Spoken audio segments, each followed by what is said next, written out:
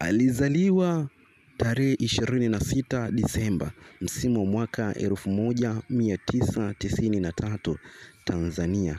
Nafasi yake uwanjani anacheza kama midfielder huku ana urefu wa mita 1.70. Wako midfielder wengi kuwahi kutokea nchini Tanzania, lakini nilijaribu kutafuta wa kumfananisha na huyu mwamba nikakosa kabisa. Mwamba anajua mpaka anajua tena. Sometime naweza kusema anajua mpaka anaboa.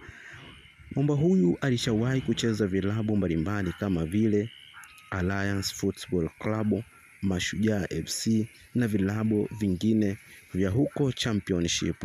Je, unamjua mwamba huyu ni nani? Basi kaa kwa kutulia, fuatana nami kuanzia mwanzo hadi tamati ili umjue kiundani na umjue kiundani zaidi.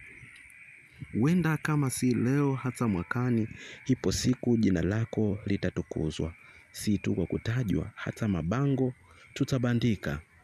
Kwenye hii dunia leo wako wengi wanafanya vitu vizuri sana, ila huwa ngumu kuwasifia. Siku wakifanya vibaya tunanyakua sauti zetu na kutowatakia mema kwenye maisha yao ya soka ya kila siku. Leo utaenda kufahamu historia ya miongoni mwa wachezaji wanaofanya vizuri sana. Alishawahi kucheza katika klabu ya Alliance msimu wa mwaka 2017, 2018, 2018, 2019, 2019, 2020. Usimkatie mtu tamaa.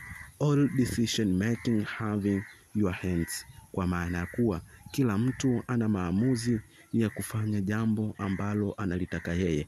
Mwamba huyu alikuwa na ndoto ya kuwa miongoni mwa wachezaji au wasakataji wa kabumbu maarufu, lakini pia kuanzia hapa nyumbani Tanzania hadi nje ya mipaka ya Tanzania. Je, unamjua ni nani na unataka kumjua? Basi fuatana nami kuanzia mwanzo mpaka tamati mwa safari hii, utamjua kiundani zaidi. Msimu wa mwaka 2023, 2024, 2024, 2025 amebahatika kujiunga na klabu ya Mashujaa FC. Na katika klabu hiyo ameonekana mwamba huyu kufanya vizuri kabisa katika nafasi yake ya midfielder. Mwamba huyu ni mzuri sana kwenye kupiga pasi, ni mzuri sana kwenye kutengeneza cross za ajabu, cross ambazo zinaweza likaleta goli au nafasi nzuri kwa timu pinzani kuweza kufungwa. Je, unamjua ni nani?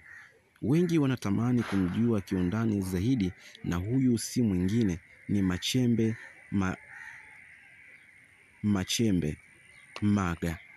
Kila lenye mwanzo alikosi kuwa na mwisho. Hii ni Simulizi Dhahiri TV.